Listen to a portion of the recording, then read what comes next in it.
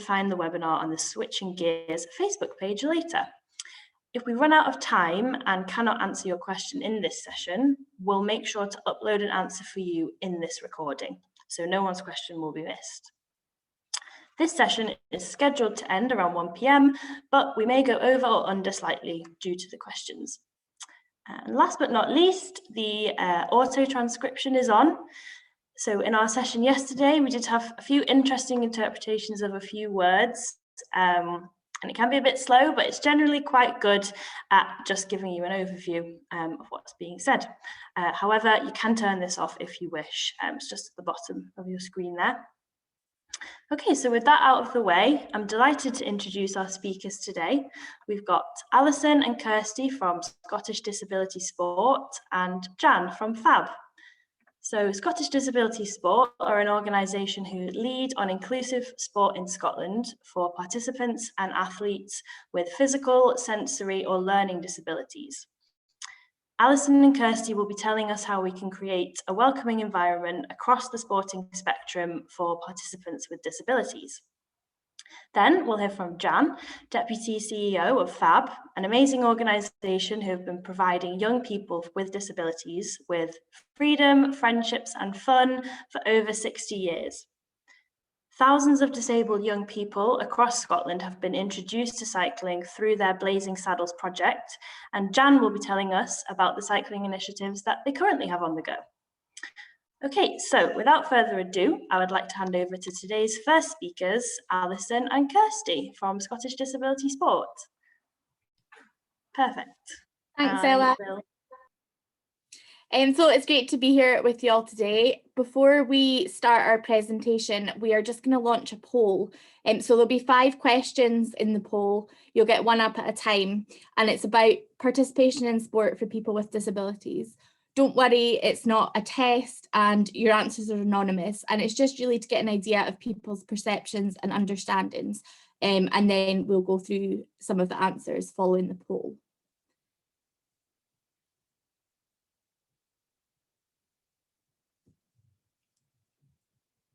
So your first question, what percentage of people of working age in the UK has an impairment?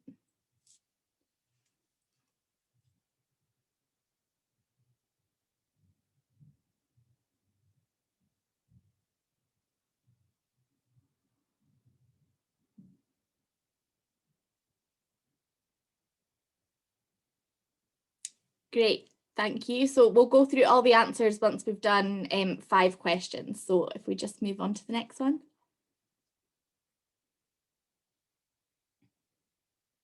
So your second question, men are more likely to be disabled than women.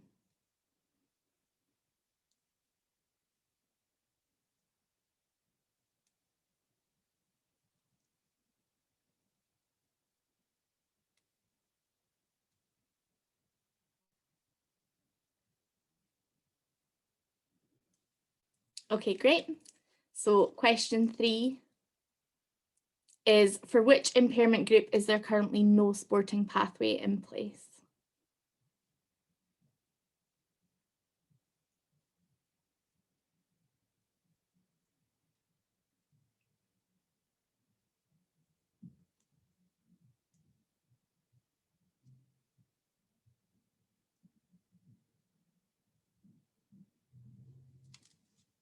Okay, fab.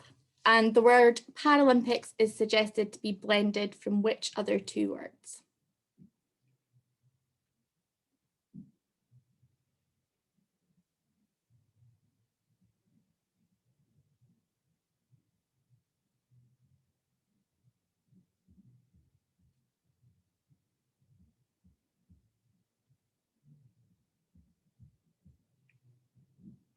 Okay, and last question. What percentage of the qualified coaching workforce are people with an impairment?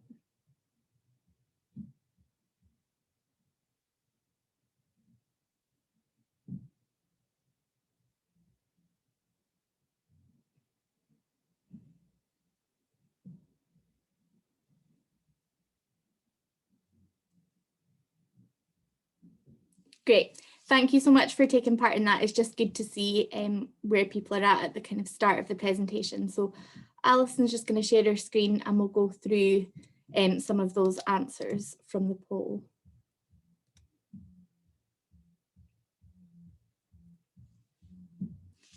Okay, so question 1, 24% of people of working age have an impairment. So yeah, the majority of you had said 24 there, so well done. Question 2, men are more likely to be disabled than women, and there's a couple of different reasons for that. More men with acquired impairments, sometimes through the jobs and things that they do. There's also a higher autism diagnosis within males than there is in females, and higher muscular dystrophy rates amongst men than women for some types of muscular dystrophy as well. So question 3. So there is no sporting pathway for athletes with a mental health condition. They would just compete in mainstream sport, and there's no kind of specific pathway for them to get involved with.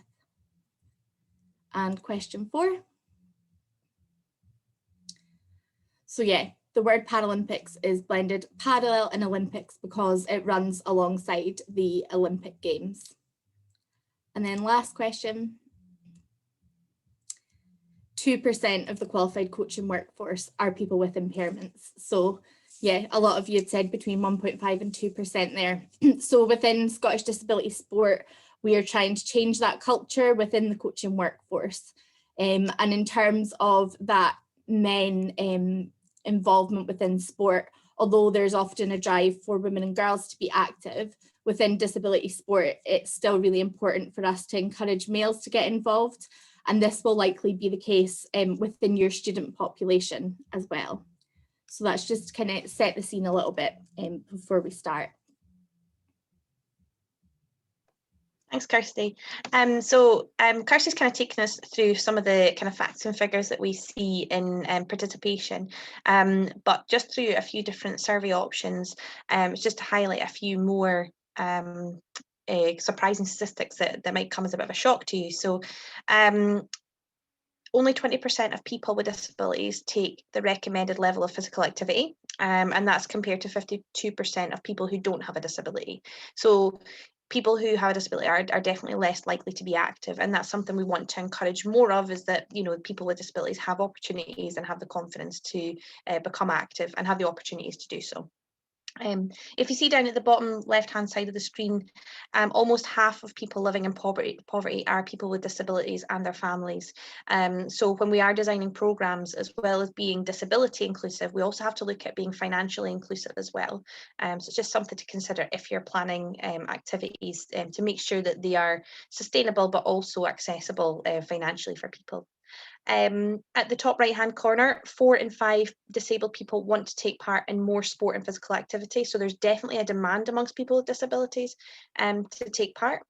But 8% of club members report having a disability. So if we look at our comparison, 24% of the population has a disability, but only 8% of our clubs or 8% of members within clubs have a disability. And that's likely to be maybe representative of populations within universities and colleges, but potentially the stats will be lower because we're just kind of getting a little bit more groundwork done on getting university clubs to kind of on board with inclusive sports. So that number will likely be a little bit smaller within education, within tertiary education, but we're hoping that it'll grow soon. And then the kind of shocking one down at the bottom is something that should never really happen, but almost half of people with disabilities are worried about losing their benefits if they're seen to be physically active, and that can be a huge barrier for them to actually get involved and change their lives and make things healthier for them, and just make their quality of life much better. And that's something that there's huge concerns about, but hopefully that's not something that we're going to see happening in the future, especially with a move to the new benefit system within Scotland. I'm going to move back to Kirsty, and Kirsty's going to take us through our next task. Yep, so we will go into more specifics, and you will hear more specifics around cycling in a little while. But we know that one of the main barriers for people with a disability participating in sport is confidence around attending a new session and also feeling like they're welcome and that they fit into that session. So if you could just type in the chat box some ideas around how you might create that welcoming environment for potential participants with a disability. And Alison, I'll just pick a few of those out and chat through a couple.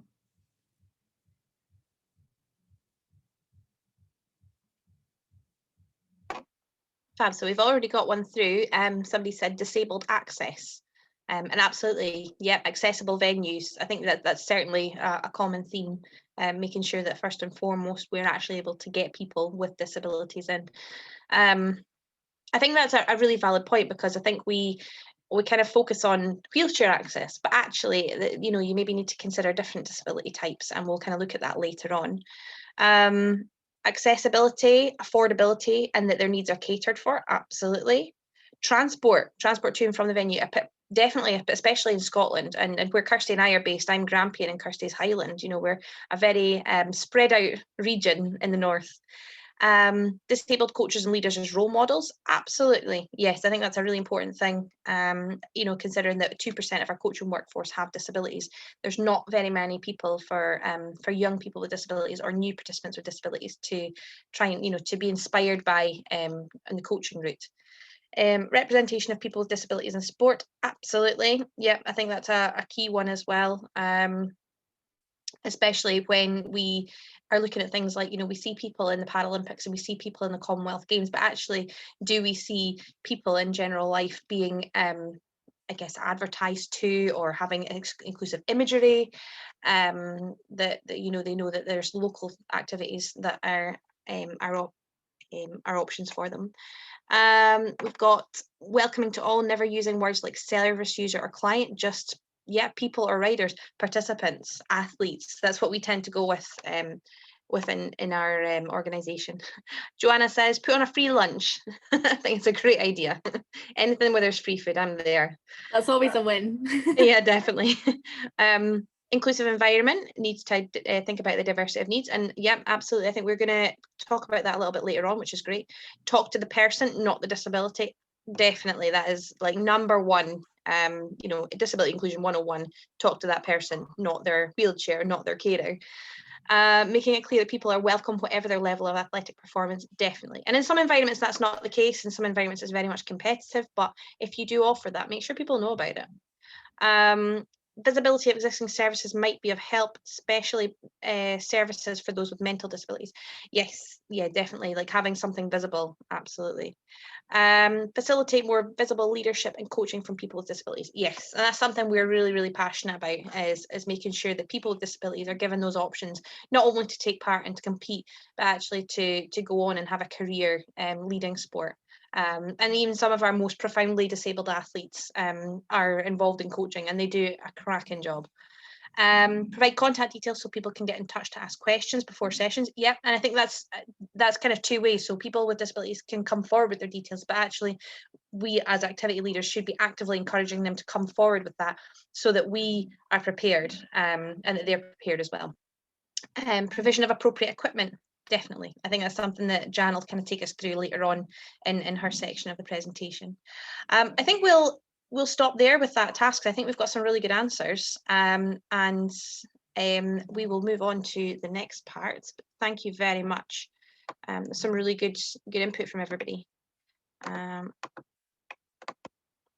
So I guess just is to give you a little bit of a background, because, you know, we kind of mentioned about access and kind of what people's differing needs are, and it kind of helps if we start to divide you know, disability as a whole into particular categories, because we know that people with different types of disabilities will need different adaptations and different requirements. So when we're working in sport, we look at 3 distinct categories of disability type, and particular types of disabilities fit within those, and that helps us start to drill down into what adaptations or what we might need to consider within sports. So we look at physical, sensory and learning predominantly. So a physical disability could be a participant or an athlete who has a physical impairment, who is able to stand and able to walk. So it could be somebody who has their arm amputated, or they might have cerebral palsy, but they're able to walk with their cerebral palsy. It might be a mild hemiplegic cerebral palsy. and lots of things like that. There's also athletes who use wheelchairs for sports. So again, people who have muscular dystrophy, or people who have multiple sclerosis, or people who have lower limb amputations may use a wheelchair for sports as well. But physical includes people who are ambulant and who are wheelchair users. Sensory, sometimes we get a bit of confusion for there, because a lot of them, when we think about sensory, and we're teaching, we're kind of introducing this topic to the general public, people may become misconstrued and kind of confused with the kind of autism spectrum and kind of sensory processing disorder. But when we look at sensory disabilities, we're looking at people who have a visual impairment, who have a hearing impairment, or who are blind or deaf. And there's varying degrees of these impairments. So you could have somebody who has some sight, and you can have somebody who has no sight, and the same with hearing. We've got athletes with learning disabilities, and when we say learning disabilities, again, we don't mean autism, ADHD, that kind of wider spectrum. We mean based on kind of intelligent quotient, so people who have an intellectual disability. And I think I found out quite recently that there's a huge, it's something like nearly half of people with a learning disability have Down syndrome, but there can be various different types of learning disability. And then we've got unseen and hidden, and those don't mean that you can't participate in sport, but they are not the main categories of sport, and they may not have eligibility to compete if they choose to go down that route. But we also need to consider if people have an unseen or a hidden disability, and what we maybe need to consider for them. So things like diabetes, epilepsy, asthma, autism, ADHD, and that sort of there's a wide variety of those as well. But hopefully you can kind of see that in these different categories, you'll have to think about different things when you're adapting activities. So things for learning disabilities, you may need to look at how your information is presented, and how your building layout is, and how people know how to navigate between different areas. For physical disabilities, it might be more about equipment and access, and kind of the physical side of taking part in your activity. And for people with sensory impairments, it may be, it's accessing information, it's communication.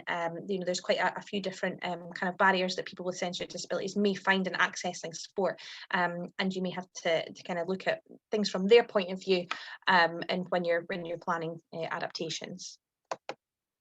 And within each type of disability and within each person, there's a few different variables that could take place. So if somebody has a minimal impairment, which could be that maybe they have a missing finger on one hand, there might not be an awful lot of adaptation that you need to make. But if somebody has a severe impairment, such as they have tetraplegic cerebral palsy or a tetraplegic spinal injury, they will potentially have very limited movement, and you might have to make more adaptations because they have a severe impairment. There's also a differentiation between congenital impairments and acquired impairments. So if somebody has a congenital impairment, they're born with it, they've lived their whole life with that impairment in some degree, and they'll be living within that disability world from the get-go. Whereas people with acquired disabilities may have lived without a disability for quite a considerable amount of time. They may have taken part in a sport like cycling as a person without a disability, and they'll have transferable skills, but they might find moving into the world of being a person with a disability they might have a lot of anxiety about that. So you may need to consider different things. Somebody might have a lot of really good muscle memory because they've learned the skills as a non-disabled person, but they also, if they've had their disability for a long time, they might be really good at adapting things for themselves because they know what they're capable of. And then you've got progressive and non-progressive. So somebody with a progressive condition is something like multiple sclerosis or muscular dystrophy, where the condition generally progresses over time and it can affect them in different ways throughout their life. Where somebody with a non-progressive condition, such as an amputation or a spinal cord injury, they are relatively static in what their abilities are, albeit, through sport, people can increase their function and increase their abilities. So when you're planning activities, if you've got someone with a progressive condition, you may need to go back to the drawing board and look at different adaptations for them as their condition progresses. And that might be a cyclic maneuver that you need to do every now and again when they notice a deterioration in their condition. So just a few things to consider when you are making some adaptations. And Kirsty's going to just take us through some of our key messages. Yep, so really important that when you're working with people that you focus on their ability and not their disability. As Alison has said, you know, everyone will be affected differently by their impairments and things. So it's really important, as you all mentioned earlier when you were giving us your answers in the chat, that you're looking at what that individual can do and you're not thinking about their disability. Also really important that you adapt your activity to fit with the individual. Again, going back to that, everybody's different, everyone has different abilities, whether they have a disability or not. So really important to just keep the conversation going with people and making sure that you're adapting the activity so it's appropriate for them and it's fitting their needs as an individual, and just focusing on the person. So like hopefully you do anyway, is just making sure that your activities are focused on the individual and making sure that you're catering to their needs and abilities as well. So really important that when you're doing this, that you adopt a functional approach. Rather than focusing on the disability itself, it's important to look at how their disability impacts them and impacts the activity that they're going to do. And then you can focus on any adaptations and work on adaptations with that person that they might need. Also really important, as we just said, to make sure that you focus on their ability and the things that they can do, rather than thinking and focusing on the things that they aren't able to do. And it's really important to remember that a disability will not affect everybody in the same way. So when they're cycling or when they're doing any activity, each person will have a different type and level of functional ability. And as Alison mentioned, this might change from session to session, month to month, year to year. So just really important that you keep going back and considering how that athlete or individual is affected and making sure that the adaptations that you're putting in place are suitable for them. And yeah, there is no kind of right or wrong, and you can go back to the drawing board as many times as you need to make sure that you are working with that individual and that they're getting the most out of your activities. So we're just going to show you 2 videos now. The first one is our activity inclusion model, and then we have a video about the STEP model. These videos aren't cycling specific, but will start to give you some ideas about how to create those inclusive environments and how to adapt activities to be more inclusive.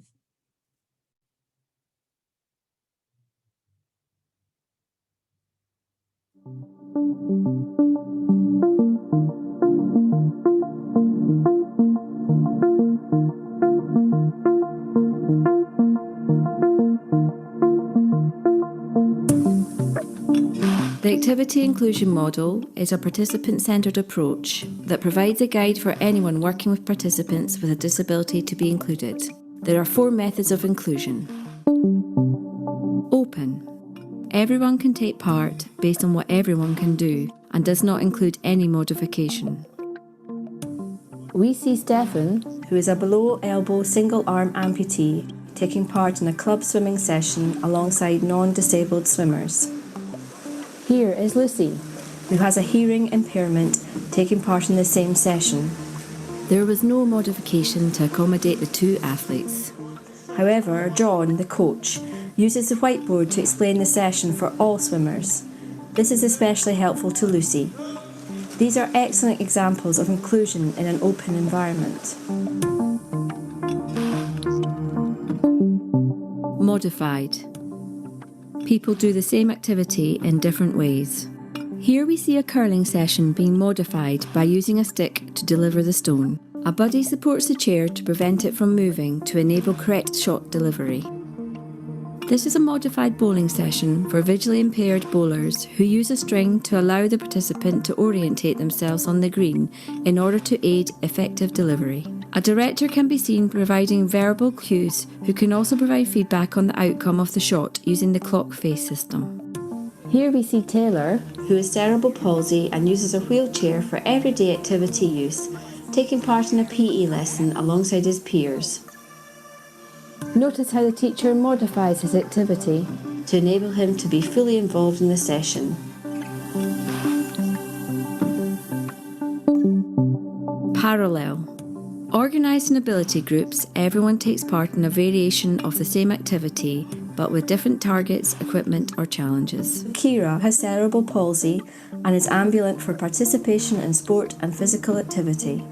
Jen has devised a parallel activity for Kira to enable her to take part in the modified fitness circuit.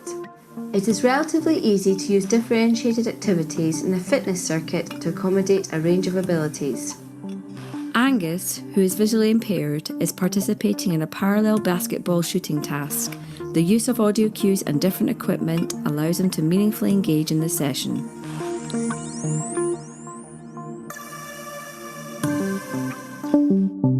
Specific. People take part in unique activities specific to the disability sport. This is a montage of disability-specific sporting opportunities.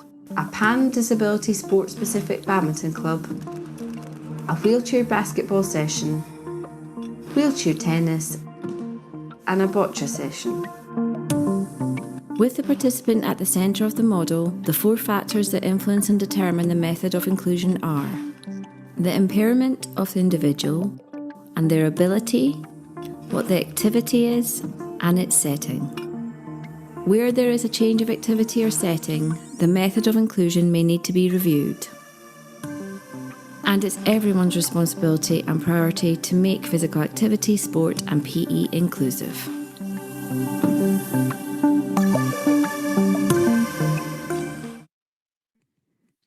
So that's our first video. Just while Alison's switching to the next one, both of these videos that we're showing you today can be found on the Scottish Disability Sport YouTube channel, so you can access them at any time and go back and rewatch them if you find them useful. So the next one is just around the step model.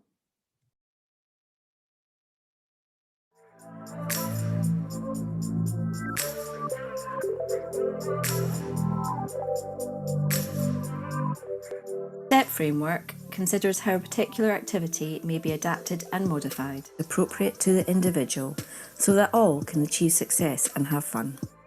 Here we can see a lesson where the STEP framework is being used in an inclusive and mainstream environment, ensuring all the individual needs of the class are met. Brilliant, super, good, and then back again. That's it. It's okay. Lift that heel, good. Let's try a couple more with this height and then we can lower it if you're struggling. Here you see Jen, the teacher, modify the activity by adapting the space. She alters the height of the barrier, so ensuring the participant can take part in a mainstream environment and be successful. Other ways of adapting space include modifying the size of the playing area, distance travelled, or moving targets nearer or further away.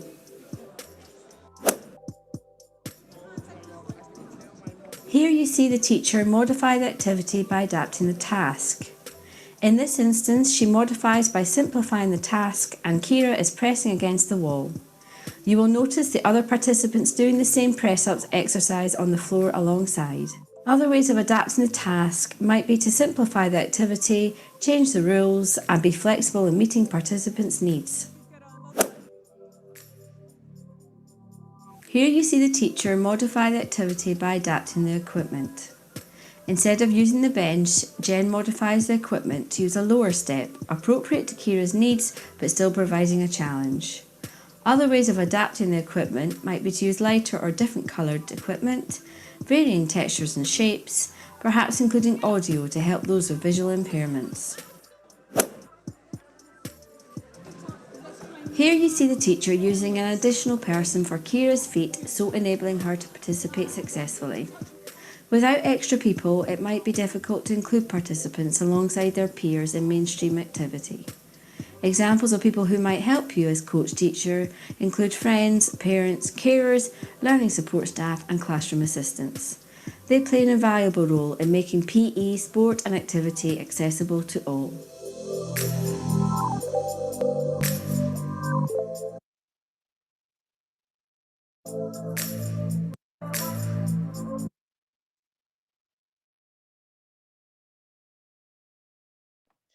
Thanks, Kirsty. That was just a quick snapshot of how to make your activities a little bit more accessible and how to create that inclusive environment. And again, like Kirsty said, it's not specific to cycling, but hopefully it starts to put some tools in your toolbox for going forward and how you can make some smaller adaptations. Just a few of the kind of barriers that you might find that it's really important to understand what these are so that you can address them. I'm just going to rattle through them quite quickly, but the kind of barriers that you might find might be attitudinal. So if there's perceptions that are perhaps less than positive, if we see people with disabilities as objects of pity, or we go, oh bless, you know, it's those things that might put people off coming along to your session. But also that kind of perception that a coach doesn't have the skills that they need to cope with working with someone with a disability. And that's never true. I always say that, you know, a good coach can coach anybody, whether they have a disability or not, because if everyone's person-centered, then they'll be able to adapt things accordingly. Physical and structural barriers. So I think we kind of identified quite a few of those within our first task. So accessing our facilities, transport costs and communication, all these things that would need to be considered when you are opening up your session to people with disabilities, and what kind of disabilities they have will determine what kind of barriers that people may face and how you need to overcome them. Opportunities, something we're getting much better at in Scotland, but actually creating opportunities for people to come along, and actually not even just creating the opportunities, but making people aware that those opportunities exist. Because, you know, we approach a lot of clubs and we say, you know, are you accessible for people with disabilities? And everyone says yes. But then our next question is, well, how do people with disabilities know that? So making sure that they have opportunities, and not just for training and taking part, but competing as well, and for getting involved in coaching too. Support is another barrier. So sometimes people can have a lack of support from their parents or carers, or somebody else who, you know, within the club, maybe there's not that person, like we'd said in the video. Having people available to help include people with disabilities in your sessions is really, really important. And that can serve as many functions. So it could be somebody to help support people getting dressed, or somebody to transport somebody to and from a venue, or to help explain things in a format that suits them. Representation, that was something that somebody had mentioned as well, actually seeing people in coaching roles, or seeing people take part in that sport, or seeing, you know, for kind of photographic representation of people within that sport, so that people know that those opportunities are for them and that they're not exclusive to people that don't have disabilities. And, you know, that kind of leads on to promotion and communication. You know, are we targeting things to people with disabilities, or are we targeting them at the general population and missing that explicit communication and explicit messaging that we need to encourage more people with disabilities to come along? And looking at accessible formats as well. I mean, looking at today, you know, we've obviously got the closed captions on the screen, we've got it in visual format, but you can also hear Kirsty and I speaking. So, you know, thinking of that when you're putting out promotional materials, are they accessible? Can your posters be read by a screen reader for somebody who has a visual impairment? Have you got pictures that can go along with it that can help a person with a learning disability understand what activities are available? There's a lot of things that you can look into to help support that. And Kirsty's just going to take us through our little challenges here. So yeah, really important to be proactive, so think ahead of time. I think a couple of you had mentioned that in terms of that welcoming environment, making sure that you're having those conversations with the people, looking at challenges that they might face and trying to come up with solutions for that. And being solutions focused is really important, and trying to think about the things that you might need ahead of time can help your session just run more smoothly and help people feel more kind of confident and welcome within that. Making sure that you're aware of your environment, and remembering that you can make a difference. So every single one of us can make a difference for inclusion and to make people feel welcome. And it's really important also to note that sometimes adaptations don't have to cost money.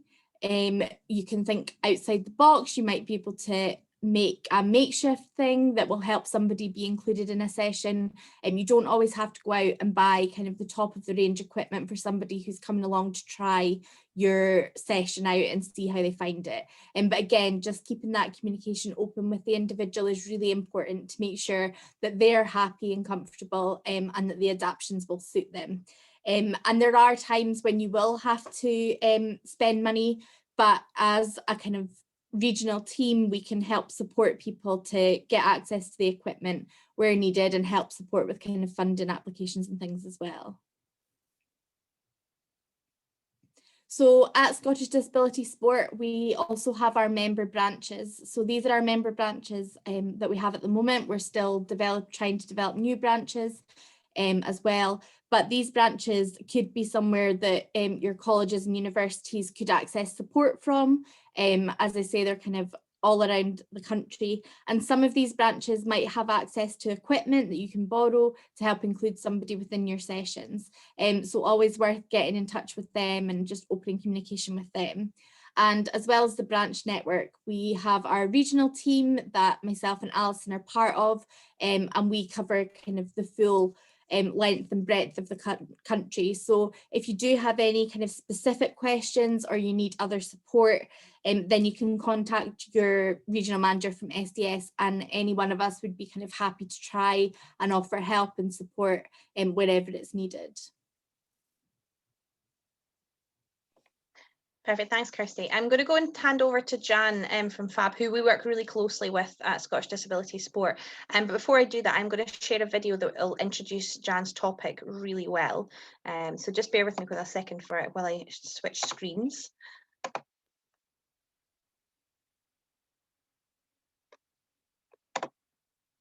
And enjoy.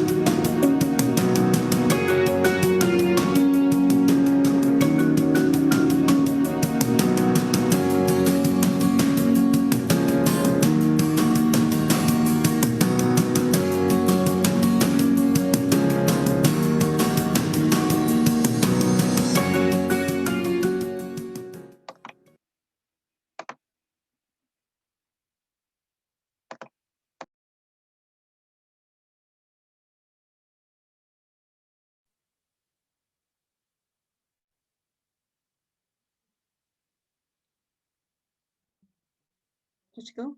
Yeah. Hello, I'm Jan Brereton, and I'd just like to go through sort of how we disable the label and how we then we're going to look at sort of switching gears and then how we discover the difference.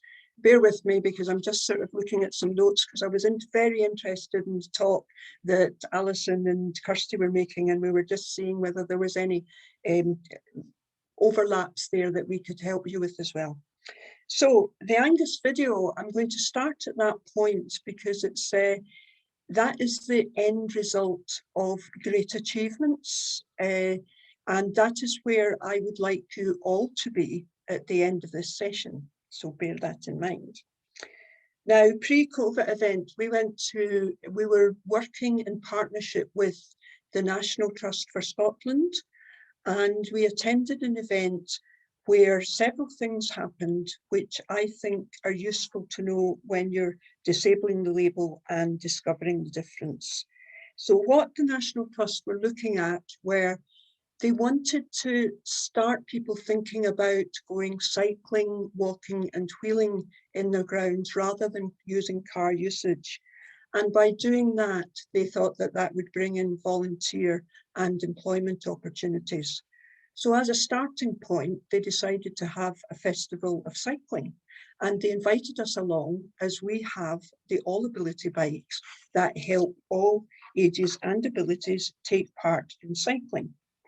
So we chose to have a tri-cycling session where we brought along the Blazing Saddles bikes. Now, the Blazing Saddles bikes include things like semi-recumbents, tandems, wheelchair loaders, hand-cranked bikes. There was an e-tricycle there that day, and also solos. So that is to ensure that we can include everybody in cycling, and that was our starting point. So as we were setting up, a little boy came over to me, a wee boy came over to me, and he came over very, very excited. He just got a new bike. He was 6 years old, and that he'd learned how to buckle his cycling helmet. So this new bike had 5 years, and he wondered whether I would like to see him cycling. So we were setting up the phones at the time, and we said, yes, go and have a shot, see how you get on. You know, so off he went, and very excited, zigging zag through the phones. As he went onto site, his dad turned round and said, you know, remember to use your brakes. And so we sat back and thought, we must look at our risk assessments, and maybe we should have our first aid kit readily available just in case. So there he was, cycling along, having a great time. And then along came a group of young adults. And these young adults asked whether they could use our bikes. Well, quite frankly, that's why they're there. You know, we want people to explore the bikes, to find out what is available for different people.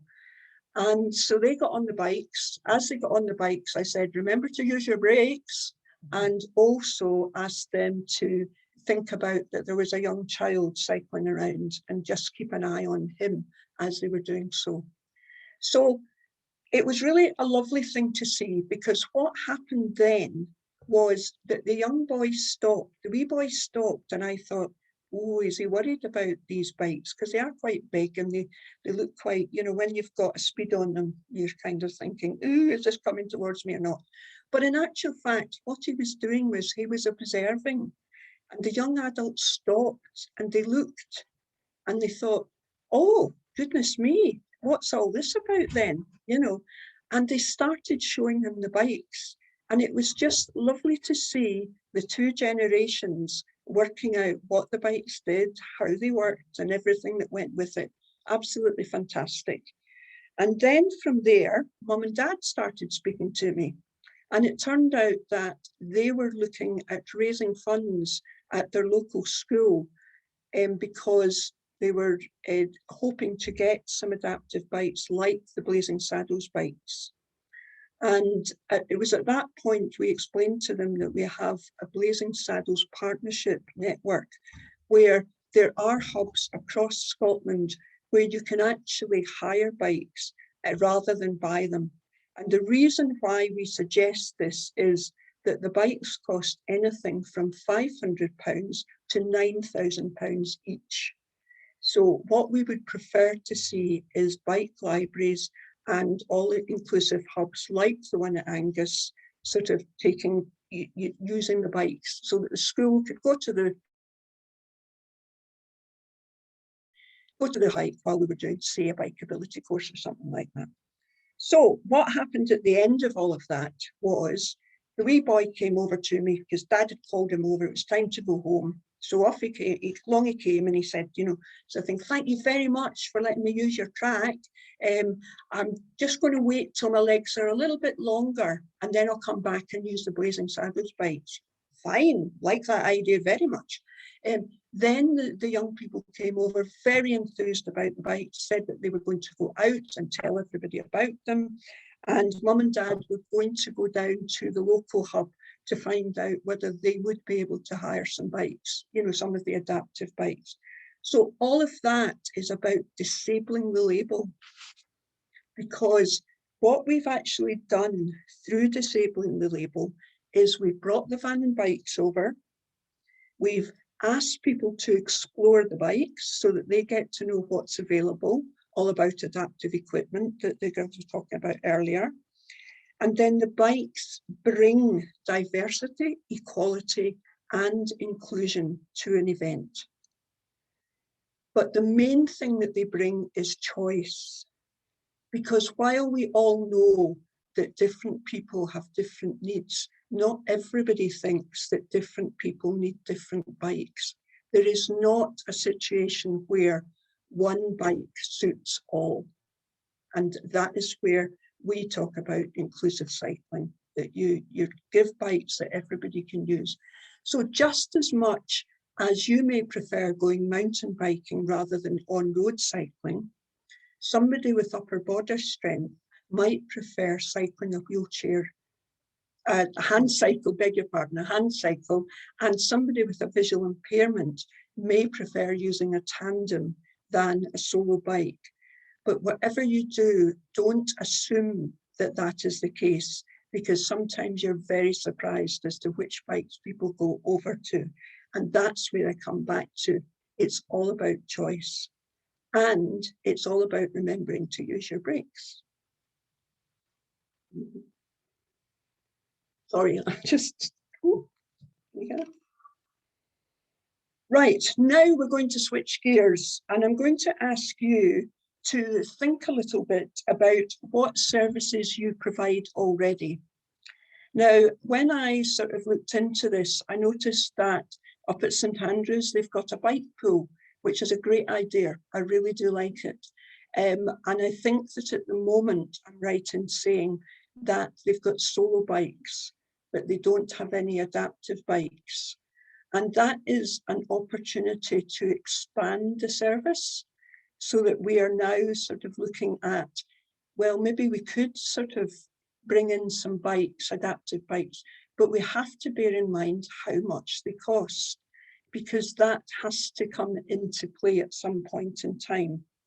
You also need to think about where are you going to store them, because bearing in mind these bikes can cost anything up to £9,000. You don't necessarily want them in a bike shelter. You want them in secure storage. We recommend containers, but I would, just when you're thinking about where is the bike pool, what space has it got, you need to take that on board as well. Also, who's going to maintain and repair the bikes? Because that, again, we've had situations where somebody's bike has broken, we've had a problem, which of course these things do happen, and the actual part of the bike took 9 months for it to come through, and you need to take that on board. What can you do in the meantime? Can you borrow somebody else's bike? Because somebody's going to be left not unable to cycle, and I would say that that's something that you need to consider. You also need to think about the routes. What routes are you going to go on, and where are they? Back to what everybody was talking about, how are they going to get there? Are they going to be able to cycle from home to the place that you're going to? Or are they going to have to think about sort of where, where can we start this journey? Do we need a van to take the bikes to the venue and things like that? Now we're going to go on to discover the difference. And the reason that we ask you to look at discovering the difference is that we want to see words put into action. And the way that you can do that is, or what it does for other people, but like Angus, they provided, what they were doing up in Angus was providing family bike bubbles so that the whole family could go cycling together and they'd have the right bikes for their families. And what that does is it builds confidence of people. It also develops them socially and emotionally, and it gives them progression. And I'm going to come back to progression because I've got a story that will show you how somebody progressed through the sessions. So what does our community engagement package involve? Now, at the moment, please bear in mind that we are talking about family bike bubbles because we've had to think about COVID, which I'm sure everybody else has. It's meant that we're able to reduce the numbers, but ease families out of lockdown, which is great. And that in itself means that we've had to look at our sort of what we provide slightly differently, but it does have the same elements in it. So let me tell you about the elements. We start with a community engagement day. I beg your pardon, we start with a partnership. Again, going back to the bike pool situation, if you think of if we were to bring a partnership together up at St Andrews, the people that I would like to see around that table are the bike pool coordinator, a cycling development officer, somebody from NHS Trust, somebody from Active Fife, and somebody from Disability Sport Fife. And those 5 people will be able to bring together all the elements that you need to provide this community engagement programme. So the second part of the programme is a community engagement day. Now, just like the National Trust had that day for everybody, the whole idea behind that is to evidence the need for the service. You do not want to go out buying a whole lot of bikes that are going to be stuck in a container for the rest of their days. And we have experience of where we've gone into schools that they've bought a bike, especially for somebody with a disability, which is absolutely fantastic. We're really pleased that they do that. But then it's been left in the container once the pupils moved on and not used. We've gone into places where they've had bikes like ours in storage for something like 3 years. So we would like to avoid that happening. And the way that we can do that is by having a community engagement day to find out what is around already, and therefore we evidence the need for it. We then take a step further and we go down and ask you to take part in cycling activity leader training. We ask 8 people to take part. Now, the 8 people we would be looking at would be, say, volunteers, they might be parents, they might be support workers, anybody that is interested in helping people with disabilities going cycling. And with that, we ask them to commit to 6 weeks after the training day, where they will be able to help a group of people with disabilities go cycling. So I hope that makes sense for you. And then we include the actual hire of the van and bikes. So what we can do, because we were a mobile service, is we can bring the van and bikes to your venue to experiment with this 9-week community engagement programme to see whether there is a need for the service within your area. And that costs a mighty £3,500. But bear in mind that that includes all of what I've just said, and you will have something like, well, at the moment, I believe that the lads have managed to pack nine bikes into the van, which effectively means 13 saddles. So for each session, which would be an hour, you've got 3 one-hour sessions during that 6 weeks. You're going to have 13 people joining you. So take that on board, because that is the information that you will need should you decide to apply for funding. Okay, now that does lead me on to the final story. The final story is about a young man who was a wheelchair user in our Edinburgh sessions. Now, he joined our Edinburgh sessions a bit sort of, you know, well, I'll go along, it's something to do type thing. And he started watching everybody going cycling. That's all he wanted to do, was watch everybody. So we let him, because that's all about exploring the bikes. Then one of our volunteers turned round and said, do you know what? I'd like to get him on the wheelchair loader. So we said, okay, have a go, see what happens. So off he went on the wheelchair loader. And all I can say to you is the way that that young man's eyes lit up when he got on that bike was something to be seen, to be believed. because all of a sudden he was getting the sensation of speed, which is something that you just don't experiment when you're in a wheelchair. So that was great. Then the volunteer said, right, let's go to the next stage. Let's put him on the side-by-side. Now, our side-by-side, you can switch on and off the pedals on one side. So what that does is it makes the person get the opportunity to learn what cycling feels like before they're actually putting any pressure into the bike to make it move. So we did that. This young man, he was having a great time, thank you very much. And the volunteer said, he's definitely putting pressure in those pedals. So we said, okay, let's put them on. So we put them on, we let him cycle, and he just was enjoying the time. Now, 2 weeks later, we received a video from his mum, who had shown us what had happened at playgroup. This video showed this young man standing up and walking through the playgroup. Now, if that isn't inclusive cycling, tell me what is. Are you ready to pedal? Thank you.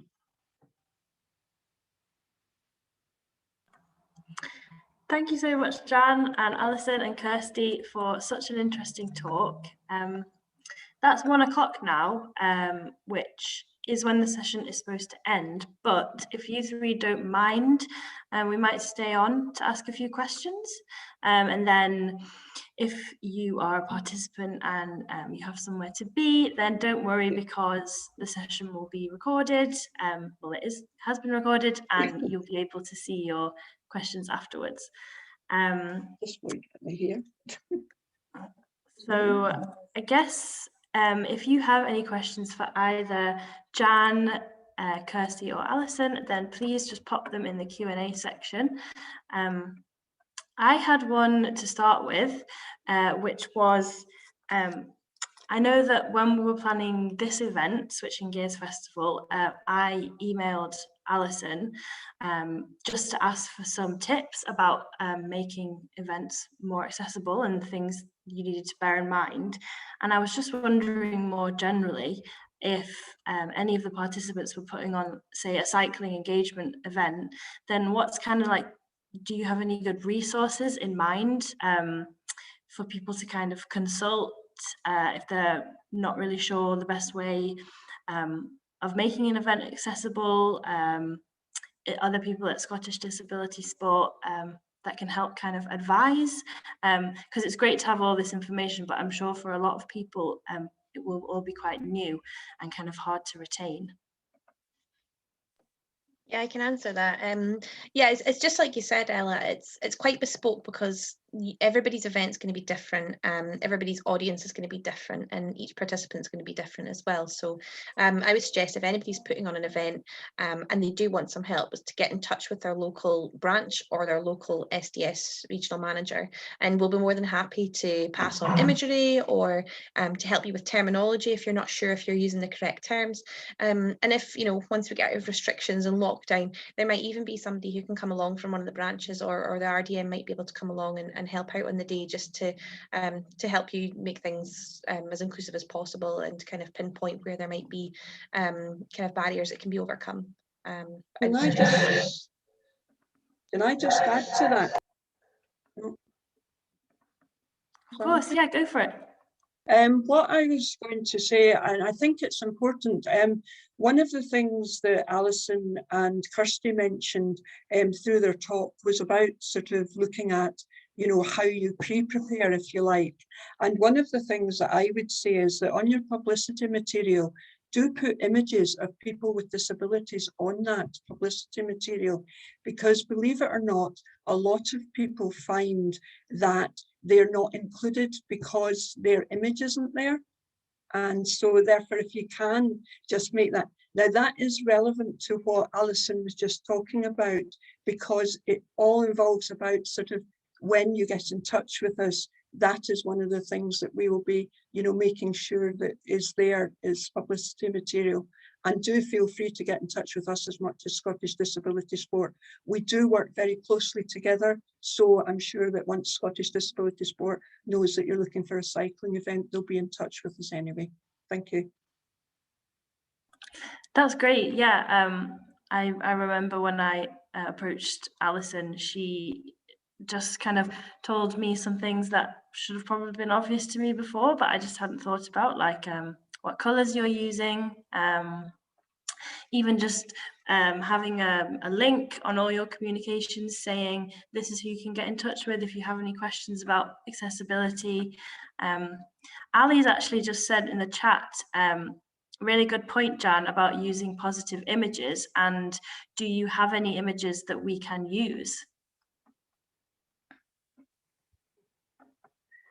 The bottom line there is that we have to take on board the GDPR stuff, but yes, we would find some images for you, is the short answer.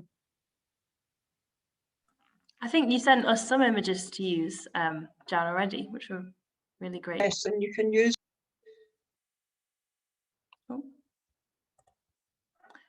Oh, you're just on mute there, Jan. Just to say that sort of all the images that we sent you do have permission of people for them to be publicised. So please feel free to send them over. Yeah, that's great. Thanks. We had another Q&A. I think this was directed at Jan. It's from Joanna. It says, can you please repeat the 5 organisations you would like to have round the table for a partnership to start? Right. If I could, please bear with me. I'm going to say 5, but obviously there are all these organisations in each of the areas that you work in. So if you're in Stirling, for example, you will have similar organisations. But what I suggest that you have around the table are something like Active 5, which includes the Leisure Trust and NHS Trust.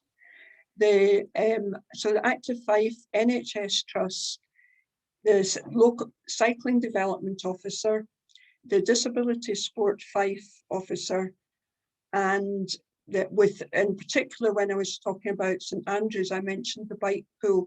So if you've got something already started, then I would suggest that you have the coordinator or development officer of that particular service to get involved as well. And we're happy to join you if that helps. Thank you. Great, thanks. I think that's all our questions.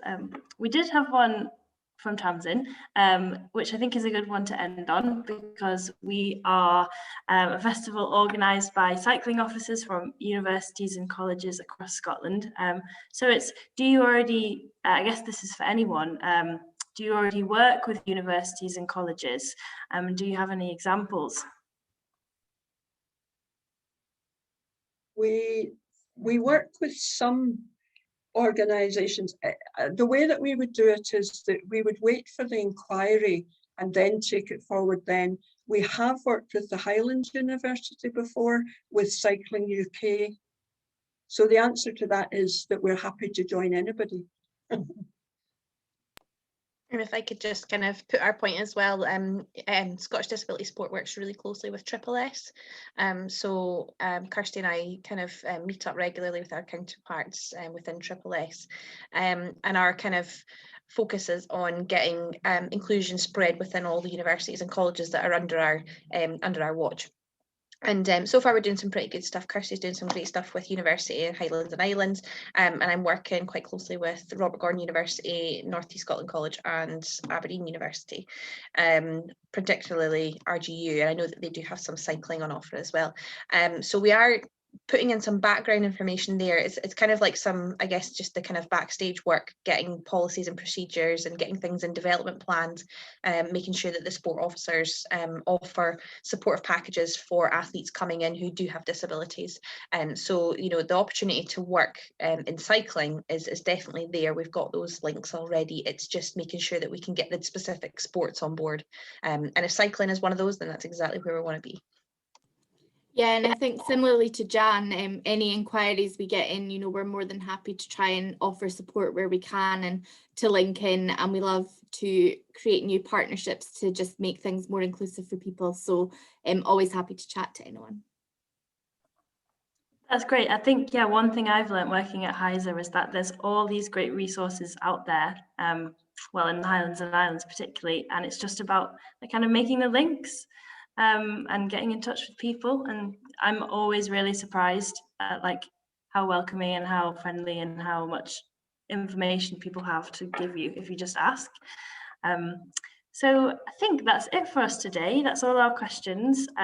Just want to say a big thanks to Jan, Alison and Kirsty for really great talks. We've had a great turnout. We actually sold out this event, which is really exciting. I've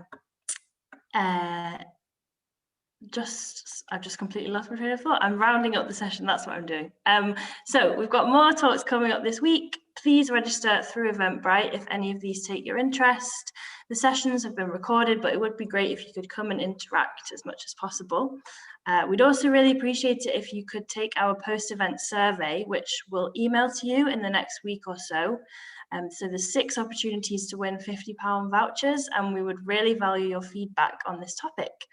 A big thank you to our sponsors, Cycling Scotland, Sustrans and Edinburgh Bike Co-op. Thanks again to our speakers, so interesting, and we hope to see you all soon. Thank you. Thank you. Thanks. Thank you. I did say thank you. It was on it.